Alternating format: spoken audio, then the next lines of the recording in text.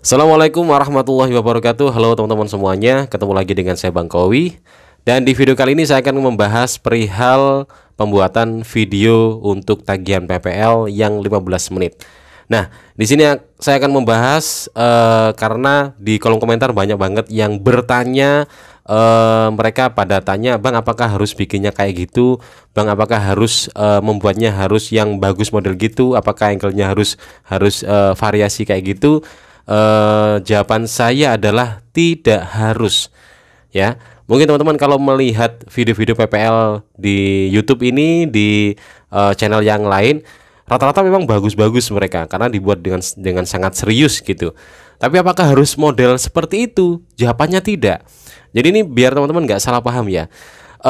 Jadi perihal PPL ini kita akan melakukan yang namanya kegiatan aksi yang di situ kita harus punya dua output ya. Yang pertama adalah video full yang kita laksanakan saat sit in. Jadi video full ini bisa kita ambil dari kegiatan virtual meeting yang kita gunakan. Misalnya dari rekaman Zoom-nya atau rekaman Google Meet-nya atau rekaman secara full dari satu kamera yang dikhususkan memvideo si guru mulai dari awal sampai akhir. Jadi durasi syutingannya itu full ya, mulai dari menit ke 1 sampai ke 60 atau 70 atau 90 menyesuaikan dengan jam pertemuan di kegiatan PPL itu.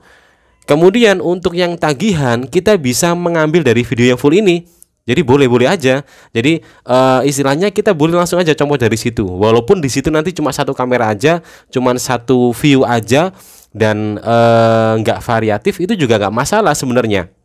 Atau mungkin bisa juga nanti kita minta bantuan sampai PPL sit in, kita menyuruh teman kita untuk meng-shoot kita, kegiatan kita, mengikuti di mana pola gerak kita, gitu juga boleh-boleh aja. Jadi nggak ada aturan bahwa nanti kita harus mengunggah video tagihan PPL yang bagus, yang sinematik, itu nggak ada. Yang ada adalah kita harus mengunggah video tagihan PPL kita yang sudah kita edit menjadi paling pendek 10 menit, paling panjang 15 menit. Jadi istilahnya di sini kita harus mendokumentasikan kegiatan PPL kita. Ingat, komponen utamanya adalah kegiatan PPL kita atau aksi kita. Nah, untuk outputnya yang ini merupakan pembuktian. Jadi bukan produk yang harus kita olah menjadi bagus, bukan, tapi pembuktian kalau kita sudah melaksanakan PPL. Yang pertama pembuktiannya adalah melalui rekaman yang secara full kita ambil dari virtual meetingnya. Bisa dari rekaman Zoom-nya, atau bisa dari rekaman Google Meet-nya, atau bisa merekam secara offline sendiri kegiatan full mengajar yang berdurasi menyesuaikan dengan jam pertemuannya.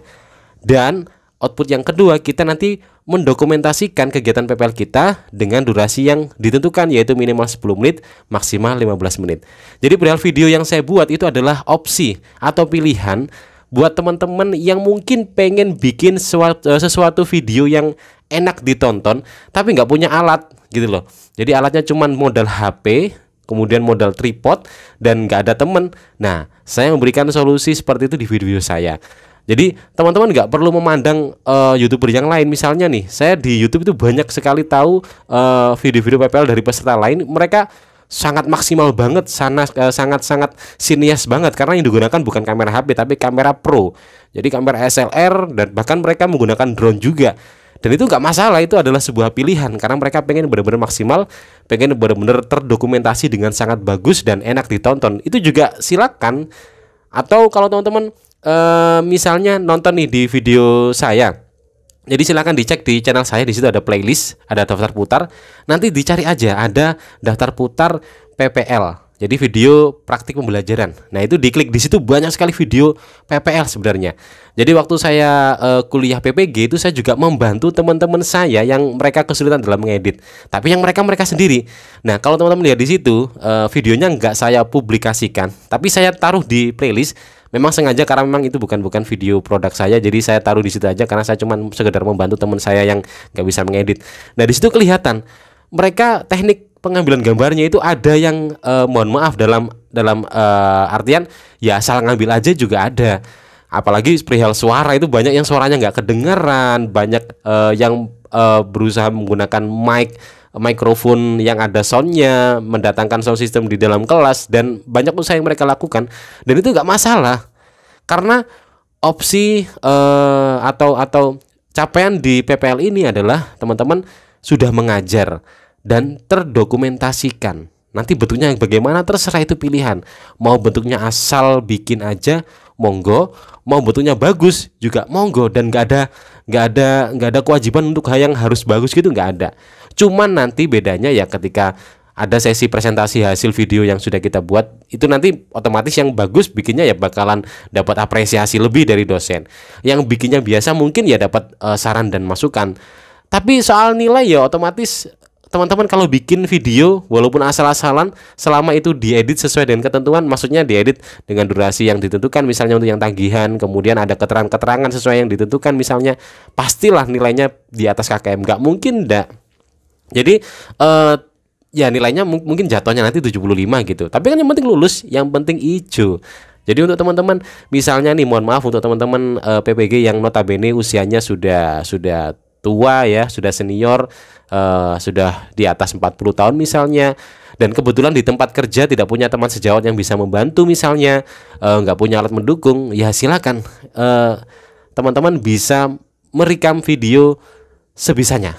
Nggak perlu yang harus bagus. Melihat teman-teman di YouTube misalnya beberapa konten kreator tentang PPG, video PPL-nya kok bagus-bagus, itu nggak perlu dilihat lah. Cukup bikin sebisanya, karena capaiannya adalah teman-teman sudah mendokumentasikan kegiatan PPL-nya. Karena tagihannya adalah secara redaksi, teman-teman adalah mendokumentasikan kegiatan PPL-nya, bukan membuat video pembelajaran yang bagus, yang sinematik, yang suaranya jelas, yang kameranya view-nya itu variatif, bukan ya. Jadi teman-teman di sini saya pahamkan, karena khawatirnya nanti teman-teman orientasinya adalah ke arah situ, akhirnya merasa nggak punya apa-apa, nggak punya alat yang mendukung, nggak punya teman sejawat yang membantu misalnya, akhirnya teman-teman merasa kayak insecure dan lain sebagainya. Jangan. Jadi apapun yang saya tunjukkan di sini itu adalah alternatif buat teman-teman yang mungkin pengen videonya enak ditonton dan setidaknya itu bagus lah, tetapi menggunakan alat-alat yang sederhana seperti yang saya lakukan, yaitu menggunakan satu HP saja. Jadi itu alternatif. Tapi kalau teman-teman punya alat yang pro kayak kamera SLR, kemudian ada teman sejawat yang dia memang mampu dalam hal sinematografi, editing, itu sangat bagus. Silakan bikin yang bagus seperti konten kreator yang lain, itu juga monggo. Tapi misalnya ini nggak ada, dua hal ini nggak ada, teman yang pro misalnya, kemudian misalnya pakai satu kamera aja dengan teknik saya tapi kok merasa masih susah, ya nggak usah dilakuin, nggak apa-apa. Syuting aja, rekam aja sebisanya, setelah itu diunggah, diedit, diunggah, udah, yang penting hijau. Jadi itu ya teman-teman, buat teman-teman semuanya yang sekarang lagi proses PPL, nggak usah bingung lagi perihal tagihan. Yang jelas membuat video yang biasa atau yang ala kadarnya atau yang bagus atau yang paling bagus itu adalah pilihan, dan setiap pilihan pasti ada imbasnya. Entah imbasnya itu adalah sebuah apresiasi lebih ataukah sebuah kritik, saran, masukan.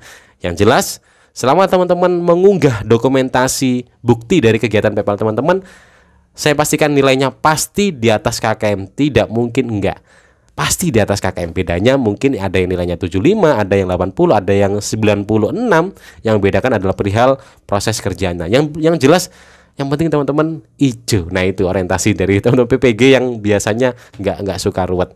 Kira-kira gitu teman-teman. Mudah-mudahan penjelasan saya ini bisa mencerahkan teman-teman semuanya dan lebih membuat teman-teman semakin pede untuk produknya. Jadi nggak usah minder lagi dengan teman-teman yang mungkin dia serius dengan dalam pembuatan videonya, nggak usah minder lagi. Yang jelas seperti yang pernah saya katakan di video sebelumnya tentang proses PPG ini harus dijalani dengan kemampuan yang ada. Ya sudah, kalau memang kemampuannya segitu, nggak usah dipaksa. Jadi biar tenaganya tidak terforsir, pikirannya tidak terforsir dalam hal-hal yang memang susah untuk dilakukan. Jadi biar teman-teman tetap stay dalam keadaan yang stabil, sehingga nanti ketika di peperangan yang paling menentukan atau peperangan yang paling ditunggu-tunggu, yaitu di UKM PPG, mulai dari UKIN dan juga UP, teman-teman dalam keadaan prima dan tidak drop. Terima kasih. Kalau ada pertanyaan silahkan tanyakan di kolom komentar. Kita jumpa lagi di video berikutnya. Assalamualaikum warahmatullahi wabarakatuh. Sampai jumpa.